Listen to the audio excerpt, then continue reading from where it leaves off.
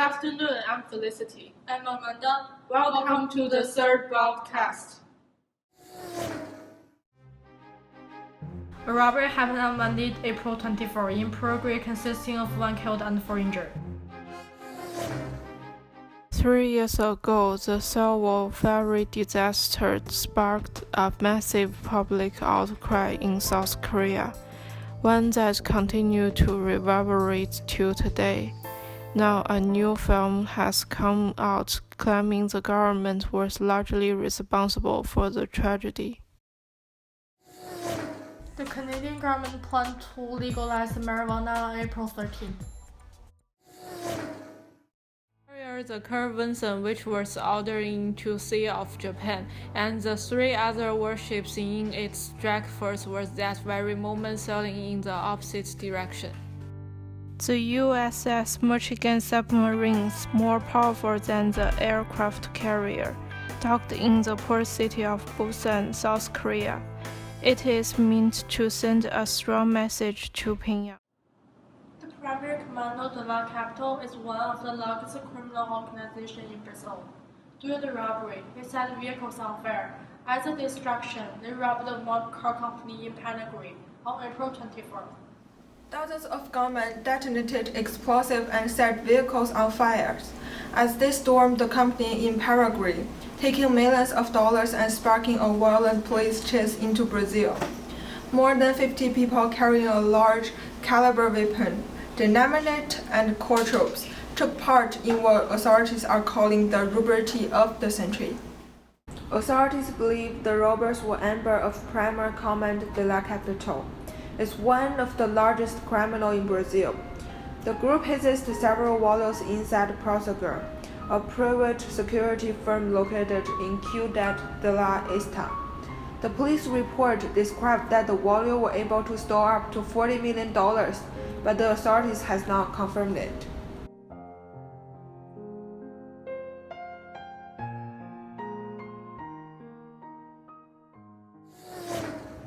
April 16th, thousands gathered in Seoul to mark the anniversary of one of South Korea's worst maritime disasters. On April 16, 2014, the Seoul ferry heading for the island of Jeju capsized, killing more than 300 people on board, many of whom were high school students. The tragedy rolled the country with much of public's anger directed at the government over poor safety standards and rescue work. The documentary made by British filmmaker Neil George and Mason Root was screened online for free on April 16, the anniversary of the sinking, and is touring the film festival circuit. The filmmaker had initially only wanted to focus on how the victims' family were coping with their loss. Mr. George told the BBC, "It became clear that it's not just an issue that's recently come about. I mean, it's been there throughout the Korean history. It seemed that there were a lot of times where the government didn't act." Aftermath of the sinking, the South Korean President Pan Kyung-young could not be located for 7 hours, which she has yet to account for. She subsequently apologized for the government's poor response and bold reforms. She was eventually impeached and charged with corruption earlier last month. The government of Canada has proposed a new law to legalize marijuana following GH18 and older. The bill was announced on April 13 in the House of Commons, where it will be start a lengthy process.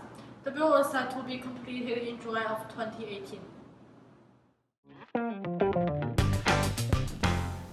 The Liberal Party is committed to legalizing and regulating marijuana, controlling it in a way that is going to protect our kids, and remove criminal element from it. And we're going to start it right away. The Liberals has unveiled plan to legalize marijuana in July of 2018. According to the Public Safety Minister, Canada Police Force has spent over $3 billion a year to keep out cannabis use. The black market has currently profiting anywhere from $7 to $8 billion a year. The plan is to impose a more rigid law to combat impaired driving. When driving under influence has been a majority contributor to deadly car crashes. Just over 3 weeks ago, the White House declared that ordering an American aircraft carrier into the Sea of Japan would send a powerful deterrent signal to North Korea and give President Trump more options in responding to the North's provocative behavior. We're sending an armada. The problem was that the carrier, the Carl Vinson, and the 3 other warships in its strike force were that very moment sailing in the opposite direction to take part in joint exercise with the Australian Navy in the Indian Ocean, 3,500 miles southwest of the Korean Peninsula. Whitehorse officially said Tuesday that they have been relying on guidance from the Defense Department.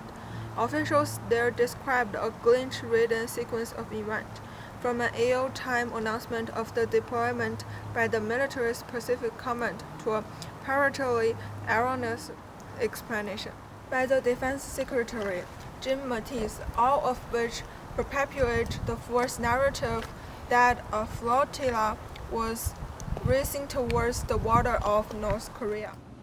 Earlier last month, U.S. President Donald Trump had a conversation with Fox Business Network. We have submarines.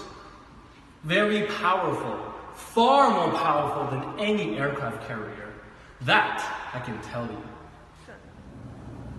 The U.S. Navy sub arrived in the port city of Busan, South Korea, April 15th, on the same day that North Korea celebrates the 85th anniversary of the founding of the Korean People's Army. Armed with tactical missiles and equipped with superior communications capabilities, the Michigan is one of 4 U.S. Navy subs that begin service as a ballistic missile submarine, loaded with nuclear missiles as part of the U.S. strategic nuclear deterrent. While the USS Michigan is not expected to take part in the joint exercise, its presence in the region is meant to send a strong message to Pyongyang. That's today's news. Thank you for watching. You can also follow us on the Facebook or Twitter at SSTV and look at the /news.